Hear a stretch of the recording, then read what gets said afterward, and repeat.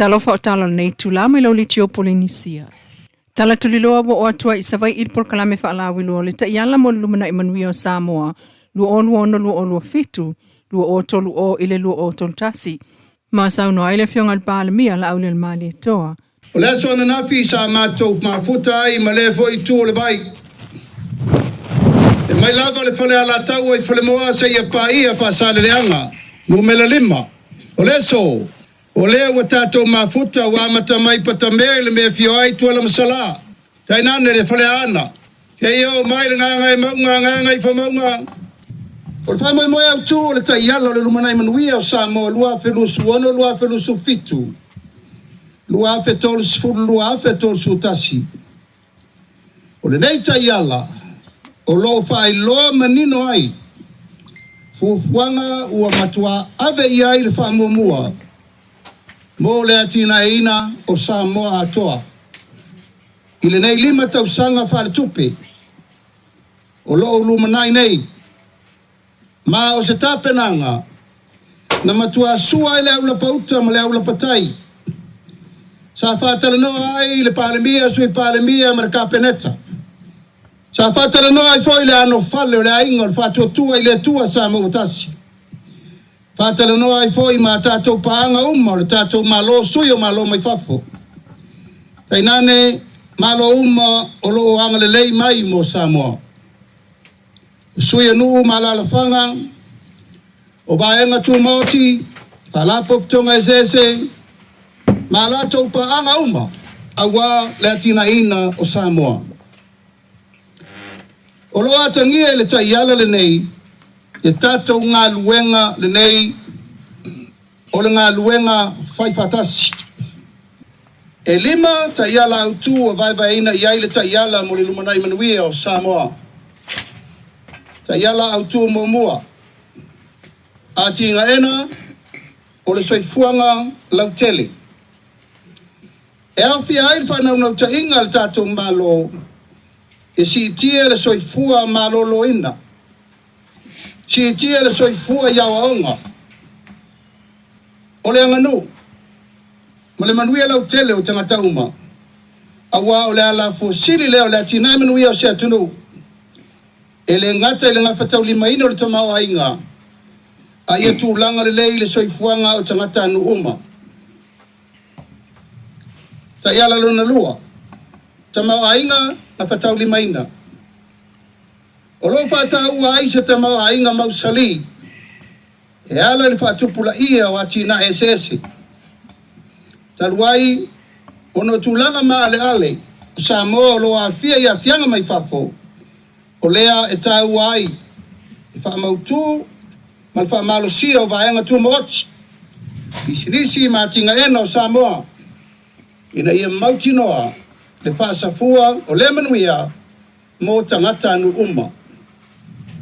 O lea o le a whaanga vaina ai, fo inu malala whanga, mo le whaatautaia o ati nae ngā whatau 5 ina. Autulo na tolu. Whatau aina o pūlenga lelei, whamamaluino tula fono marisaonga le mu. O pautu nei o se Samoa mawaa. Wa vea ai le whamamua le malo. I le atina ina o se Samoa saonga le mu. Aisea, o leo o tātou matai tū nei, i le onga o le ofi mai, o tū maanga mai fafo. O tātou vai le matamataita ma le whaingata ma le whale tonu. O fuala au whasaina o ofi mai le tātou watunu. Ato ai ma le sāwanga o tina ma whanau. O lona winga e te tau o na matua tātou matai tūre lei. Le tūlanga masani sa whawai ai lo tātou watunu. O le pule mamalu ali whai pule ma whainga anu uma e malu pui pui ai Samoa. Awalo na saonga le mu. O le whamoe moe i e whataua ma tausisia, whalapo pitonga ese i anga tausili. Ia malu pui pui ai nuu ma ala whanga. Ina ia maua e tangata anu uma o Samoa, awa no tutusa ia au nanga whaatula fono. O whiriwhilinga sauloto. Ta iala au tūno me la wha. o se sio manga malu pui ma ia fianga le tau. E tulanga ma le ale Samoa ia fianga o swing o le tau. Ma ua ia nei ia fianga e a fia ai le tatou soifua ma loloina. Ma le soifua manuia o tatou tangata. O lea, ua ave ai le whātau e tulanga mo mia mo le puipuia o tatou sio manga. Pai nane le toe whaale lei o tatou puna o whaale nā tūlanga. Whapea foi wha malo si o tape nanga nuu ma fio anga mo whaale lave tutupu whafosek. Whaaua White Paul Kalame Savai i le so i le fio anga o sa sina. Tala tuli loai a matai i le so o na vala au moli mau le whai pule manu ma lo. O le palo tala i titia vai maunga tolu le fio ngā lau timu ia o le sewa ai. O le whai pule lona lua le ale tu malo le nei i tu tonu le tausanga mua mua no fo inga. Ale pale mene lona sfulvalua Samoa. O na nafine wha o mai moli mau le tu tangi. Ale whai pule talu ai le na manu malo mai le palo ta tele lu o lua lima. Le fio ngā tai ali i seu fiti ai masu. Pei tai o lana whai unga e lango le malo. Na afua ai le palo tala i titi. Mamamulu ai lona no foa. Ma ia tua ia ai le whai pule ia lau timu ia. I le whaator sina. O moli mauna taua lunga ia i le itu tangi e tai ali i seu. O le ainga lea e nonofo i vawala. Ma moli mau mua le tamau le ainga. Na ia tau e late ainga ma lau timu ia. Ma e na o le whaalua lava o na alu i le ofisa. O lau timu ia a o whaipule. I le nofo inga taluai. Mosef Sosoani i mea whai ngā ruenga mai polokeki ati na e tu malo. Mangata mai ai lava i na alu iai. O nā taimi e lua. Na vane ai le whaipule tupe i ateia. Na alu mua la whailo ai. Matoe alu atu e le ima watu. Ai na tauane e tangata o le ofisa. O lo manao le whaipule i ateia. Ma afuai o na toe alu iai. Ma whaalua ai loa i ina. O na la whailo ai malau timu i alona ofisa. Mangata mai ai lava e peo na iet moli mau. Ai whaato ato eva ai lava lea i alau timu ia. Ina ualu atu ilo latou fale mo le taimi mua. Na ia watu ai le tupe e lua se lau tā la. O lana tala i alau timu ia ina ua o atu ilona mauta e awal popole.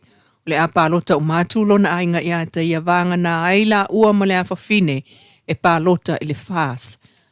O le tupe na whaapa ue lau timu ia i lalo. Ai na iloa ane lona a whawhine. Ma whasiringi ai ia le a whawhine sa le i fia i alau timu ia. Le a whawhine le nāna tūla i muli ma ia whaamatala i whaamsinonga. Na taunu uatul ta vale pongi sa tio ata ilo lato fale. Ai oso tua i whafo lau timu ia. Sa ia mata ia laval mafua angole uatu le sui lea i le aso. A wa o tae au le aso le palo tala i titi. Ai olona a inga wa umo na whaile lato tala. O lato e palo ta le amiotonu. Le amiotonu le wa ia langlango ina ai le pati a le fas. Ma le sui a le fas ilo lato i tu malo. Olona tamasa a whaila tala malau timu ia li taimina taunu o tuai ilo lato fale. Na ta'wele toi ina o le taimile na. Na ta'wele toi ina i le whaamsinong o le taimile na ia ta'wai ia lau timu ia. E awole popole o ia male a fine pālota i le fās ai o lana whānau e pālota mo ia. Ele ia ile a whawhine le taimina whaia i le tala le ale toi ina ia lau timu ia. Ma e na ta'ulava ele a whawhine i le whaamsino. E na te le iloa se whai ngā tala alona ta mama lau timu ia whaapea. O le sawaili ese o lau timu ia na aluane ai mawhasili ilona ta mā i le tupe ai whaiane le toi ina e lua se lau. Sa ia whai ilona ta mā e toi whaafoi. Peta i ele o tūsia le nā fwoi tau o le toi whaafoi o le tupe i lunga o lana whaamtalanga tustusia. O le amatanga o le mōli mau o le tamau le ainga lea o la ue tau ainga ma lau timu ia. O le so e amatavala awai mōli mau a le i tūtali a le li i whaipule ia lau timu ia i tua inga o whainga whaala atua mai le i tūtangi. O se matati awa mōli mawina le ngata ina mita ai o na mātua. O a inga o lana whaala po putonga lo ngalue a ile nua le lofa. Ai o whaala po te putonga le Pasifika.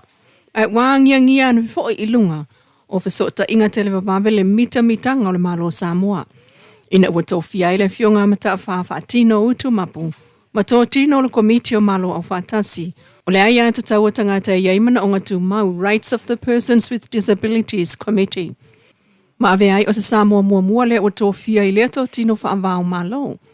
O le tauwhinga na whaapalota e le whono lona suluiva o malo e le whono, a malo le aia tau tangata i mana o ngā mau, i le ofisa au tu o malo au whaatasi New Yorker i le vai sonei. O le taun unga le palota nā tangia i le mawalunga o le aia isi atunuu i le sao le taita i ngā Samoa.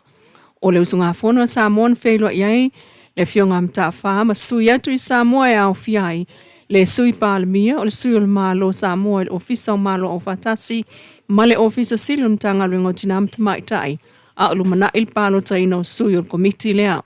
O se taun unga, na talia fia e le fionga minister mta ngā ringo tina mta maitai, le fionga moefa o War Julius a kui lea na taita ia le au malanga.